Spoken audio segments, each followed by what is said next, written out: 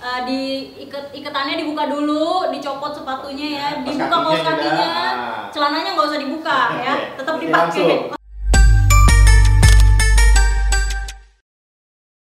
Halo Blolovers, kembali hadir di acara Futsal Talk, acara yang membahas tentang perkembangan futsal di Indonesia. Masih saya bersama Dwi Anggoro dari Blolov dan masih bersama dengan Mbak Pisio yang Sati Jule. Nah, kali ini kita akan membahas tentang mitos-mitos tentang dunia perurutan dan perpisioan.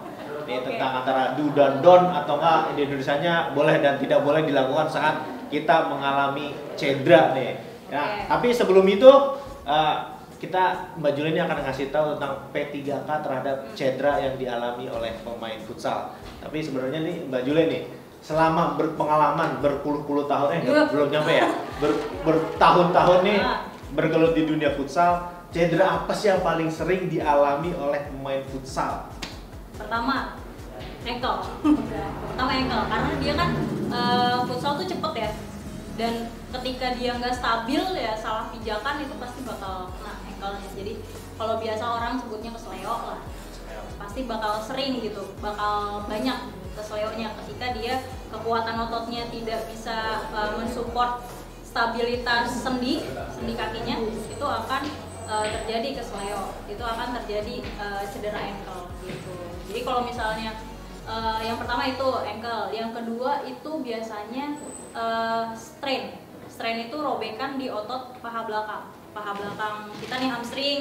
Bisa juga di hamstring, bisa juga di tendon yang di sekitar ankle, itu juga bisa.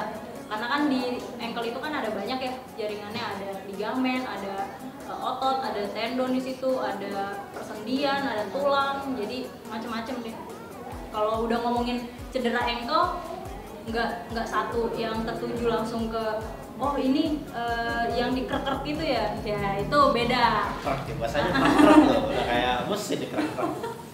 Kayak gitu. Nah, itu berarti kebanyakan ada ya apa tadi ankle sama yang hamstring paling sering itu ya. Nah, itu tuh sebenarnya apa penyebabnya? Apakah karena kurang pemanasan kah atau memang intensitasnya tinggi itu? Jadi walaupun udah pemanasan, ya kalau udah wayahnya cedera mah cedera aja kayak gitu. Nah, jadi sebenarnya itu bisa dicegah ya. Maksudnya cedera ankle, cedera strain di hamstring itu bisa dicegah dengan apa?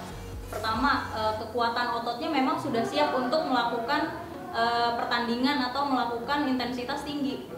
Jadi otot-ototnya itu udah kuat untuk menopang si kaki gitu. Ketika dia nggak ketika dia tidak bisa menopang dengan maksimal, ototnya itu performanya kurang, itu akan menyebabkan instabil di persendiannya kayak gitu. Itu kalau misalnya ankle. Tapi kalau misalnya hamstring itu bisa jadi karena fleksibilitas ototnya. Fleksibilitas itu adalah kayak karet gitu loh. Otot kita tuh kan bisa kontraksi, relax, bisa meregang. Nah, ketika dia regangannya itu tidak sampai batas maksimal fleksibilitasnya itu akan menimbulkan yaitu tadi robekan kayak gitu. Jadi itu harus dilatih fleksibilitasnya, stability-nya, terus habis itu mobility dari pergerakan persendiannya itu juga harus dilatih. Kalau dari Mbak Jule ada nggak tips jenis latihannya itu sebenarnya seperti apa tuh? Aduh banyak, ini mau kita contohin? Ya, coba contoh. Nah, pertama sediain anduk nih, ini untuk ankle ya. Sediain anduk dulu, terus digulung nih anduknya. Ini buat stabilisasi, latihan balance untuk stability di persendian ankle kita. Nah, ini diinjak terus ditahan sampai 15 detik boleh. Pakai bola biasanya kalau aku pemain. Lempar bola. Jadi nanti aku lempar ke kanan atau ke kiri, dia harus nangkep. Jadi ini untuk iya, tapi itu kanan kiri juga sama. Iya, kanan kiri juga sama. Ini 15 detik sampai 30 detik dilakuin 5 kali cukup tiap hari untuk stabilitas. Jadi buat teman-teman yang ankle-nya juga pernah kena, itu juga bisa pakai ini untuk melatih balance-nya, untuk melatih stability di sendinya. 15 detik selama 5 kali ya, 2-3 menit lah tuh, daripada rebahan doang kan. Mendingan coba kayak gitu tuh buat ankle. Nah, selain itu ada lagi nggak tuh? Terus kalau misalnya untuk hamstring ya paling stretchingnya harus lebih diperbanyak kayak gitu. Terus juga pergerakannya harus tepat nih pas stretching, jadi nggak asal tarik aja gitu. Kalau stretching mah udah banyak lah videonya kan, cari sendiri. Dan juga kalau tim punya pelatih fisik lebih enak lagi. Nah, kan? bener. Diajarin langsung Diajarin sama pelatih fisiknya. fisiknya. Nah, oke. Itu kan agar bisa mempermudah segala macam. Nah, kemudian selanjutnya nih, ketika cedera itu terjadi ankle, apa yang harus dilakukan pertama kali ini? Oke, untuk Karena pertama ada kadang-kadang kan udah bawanya ke tukang urut.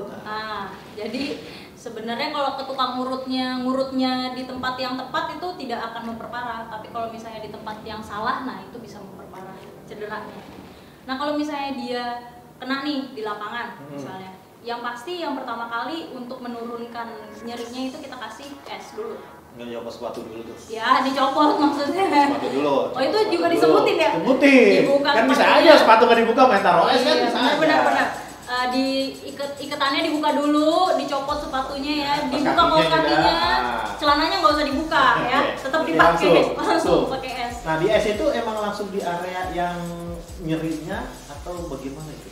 Kalau es itu tetap di persendiannya yang kena ankle-nya itu yang langsung itu ya pokoknya. Jadi bisa dilapisin dulu misalnya pakai plastik atau pakai kain atau pakai anduk, jadi terus taruh di sekitar yang sakitnya itu. Sekitar apa pas cederanya? Ya pas cederanya pokoknya tuh dibebet seperti itu. Boleh dibebet, itu biasanya kita lakukan kalau untuk futsal ya biasanya 2 menit, kalau pokoknya sampai nyerinya udah nggak berasa. 2 menit, jadi nggak sampai ya kalau di setengah lapangan, jam 1 jam gitu. Enggak, kalau di lapangan mah ya nggak bisa lama dong, keburu habis. Oh, jadi cuma 2 menit dikasih. Ya 2 menit dulu, 2 menit dulu. Kalau misalnya udah nggak sakit, kita coba dulu fungsionalnya. Kayak kalau ankle, gerakan ankle, terus habis itu jongkok gimana? Kayak gimana? Tesnya kayak gimana tuh? Jadi kayak diangkat gini, diginiin, terus ke samping. Kalau nggak sakit, itu turun lagi udah. Oh, belum. Terus kalau misalnya udah gerakan yang nggak sakit, terus kita suruh numpuk. Jadi dia suruh angkat kaki satu atau dia suruh jongkok kayak gitu. Itu untuk supaya tahu nih dia masih sakit atau enggak. Tapi kalau misalnya udah oke, nggak ada sakit, terus habis itu kita lihat juga nggak ada bengkak atau apa, ya nggak apa-apa main lagi. Mungkin cuman nggak sampai. Sambil dikeplak, manja lu jam main gitu. Nah, cuman kalau semisal ada bengkaknya terus ada sakitnya, nah itu kita tarik, nggak main dulu. Nggak boleh main. Nggak main dulu karena takutnya ada inflamasi di situ, nanti malah memperparah cederanya, atau bisa jadi dia udah cedera nih, terus dia paksain main, itu akan memperparah pertama, dan juga bisa ke cedera yang lain, entah malah tadinya ankle-nya doang bisa kena lututnya atau apanya karena tidak stabil kan. Nah, itu berarti tetap masih dikompres juga itu berarti Mbak Julie nih, kan udah bengkak nih misalkan nih 2 menit udah dites ternyata masih sakit, itu masih tetap dikompres lagi atau di gimana itu? Kalau misalnya udah dikompres itu biasanya kita angkat nih kakinya lebih tinggi daripada dada, itu kita sebutnya elevasi, terus habis itu kita gerakin untuk pumping. Jadi posisinya kayak gini misalnya ya. Terus di pumping nih, dikasih es nih, sambil di pumping gini.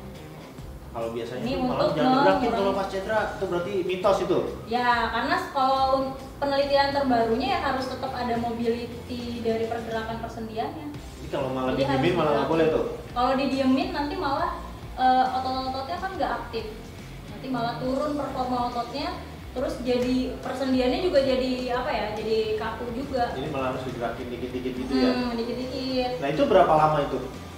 Kemarin juga ada sampai bukan, maksudnya berapa lama elevasinya? Apakah setengah jam, 1 jam? 10-15 Kalau di film-film kan kadang-kadang kan sampai seharian di kasur aja tuh kayak begitu tuh. Enggak sih, itu tergantung dari ininya, tergantung dari pemainnya gimana. Maksudnya dia memang perlu lama, seberapa besar nih bengkaknya. Kalau misalnya dia memang besar bengkaknya, itu ya mau nggak mau ya mungkin agak lebih lama elevasinya. Kalau biasanya untuk nurunin atau pas gerakan itu aja ya 10 menit cukup sih. Yang penting sering-sering aja dilakuin gerakannya. Nggak perlu sambil diangkat. Jangan jadi kesempatan malah rebahan ya berhari-hari kan. Jadi sebenarnya kalau di lapangan cukup 2 menit saja, kemudian kalau di luar itu cukup 10 menit aja berarti. Oh seperti itu. Berarti lo kalau yang ketahuan kelama setengah jam 1 jam sengaja banget itu berarti. Kagak mau main emang Nggak itu. mau main. Nah ketika itu kan udah nih, ternyata 10 menit juga masih gak ngebaik. Atau enggak emang udah bisa ngetes nih. Wah ini udah parah banget nih, harus dirawat atau gimana itu apa tuh? Perbedaannya antara ini emang harus dirawat sama tidak? Nah, jadi gini, kalau misalnya ada benturan, ada robekan di dalam jaringan tubuh kita, itu pasti ada namanya inflamasi. Nah, warna-warna biru gitu. Ya, inflamasi itu ada memerah, ada memar, terus ada bengkak, ada nyeri di situ.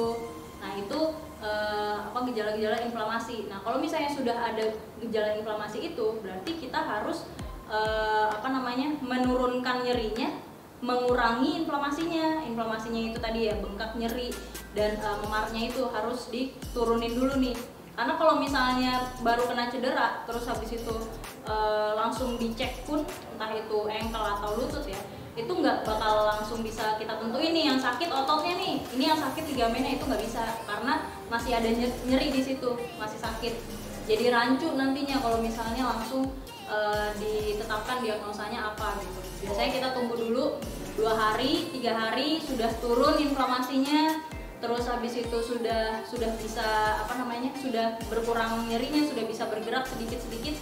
Nah, itu baru kita lakukan pemeriksaan lanjut gitu.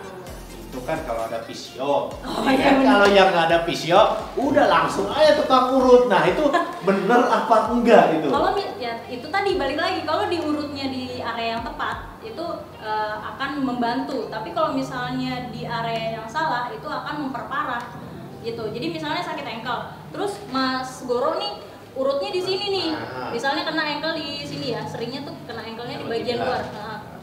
Coba pinjem kakinya, ngadep ke sono. Nah ini nih kena ankle kan, di sini nih, ini bengkak, terus habis itu diurutnya, ini bengkaknya di sini.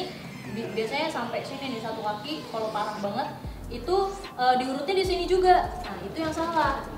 Tapi kalau misalnya dia urutnya di area sini nih, ototnya, terus di area betis. Nah nih, perhatiin nih. Kalau lu ankle terus ada tukang urut mijitnya di sini, itu salah tuh. Iya, karena area persendian itu tidak boleh diurut, teman-teman gitu. Kalau misalnya diurutnya di area sini, telapak kaki itu masih oke. Oke. Tanpa ada ini ya, maksudnya nggak ada patah atau apa. Kalau patah ya tetap harus ke dokter, harus. Nah ini sekalian intermezzo nih, percaya apa enggak nih Mbak Jule nih soal yang patah kaki bisa dibenerin hanya dalam waktu singkat ke tukang urut? Nah, jadi banyak juga ya pasien-pasien yang udah datang ke fisioterapi dari hasil pijat patah tulang itu. Karena gini sebenarnya, patah itu kan macam-macam ya, modelnya, maksudnya ada yang patah cuman retak doang, ada yang patah sampai begini. Tapi kalau patah retak lucu juga, kalau patah kan namanya pletek. Oh iya benar juga ya. Maksudnya kalau ada yang retak doang, fraktur itu ada yang retak doang, ada yang sampai patah nyilang gini, ada yang remuk. Nah, ketika kalau misalnya patahnya mungkin retak aja ya nggak masalah sih. Kalau misalnya memang tidak bermasalah si pasiennya, tapi kalau misalnya yang patahnya remuk, nah itu yang bahaya sebenarnya, karena kan pecahan-pecahan tulangnya itu kan iya, terus apalagi diurut itu, bayangin aja tuh pecahan ibaratnya ini pecahan terus diurut itu gimana, makin apakah akan membaik atau kira-kira akan tambah amburadul itu bentuknya. Kesesuaian duri aja udah sakit banget. Iya, kan? Kalau misalnya patahnya menyilang kayak gini, biasanya kalau tukang urut kan katanya ditarik terus ditaruh gini. Nah ini fiksasinya apakah benar atau tidak, maksudnya apakah tempatnya begini atau enggak, kan kadang ada yang hasilnya tetap nyambung tapi bengkok kan, ada juga yang kayak bentuknya nggak beraturan gitu. Nah itu dia karena fiksasinya itu tidak pas gitu. Sebenarnya kalau patah nih, kalian patah tulang, tapi jangan sampai ya kalian patah tulang ya. Maksudnya kalau ketika ada patah itu dia tulangnya bisa nyambung sendiri sebenarnya tanpa kalian apa-apain, itu bisa nyambung sendiri. Dalam jangka waktu 2 minggu itu kalusnya, jaringan-jaringan tulang halusnya itu sudah beregenerasi tuh di antara tulang patahan itu.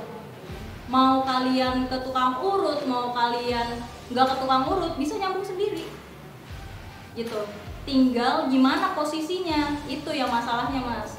Gimana posisinya, karena tulang nih kalau misalnya di sini patah, kan di area jaringan sekitar tulang itu ada otot, ada saraf, itu yang harus dipertimbangkan sebenarnya.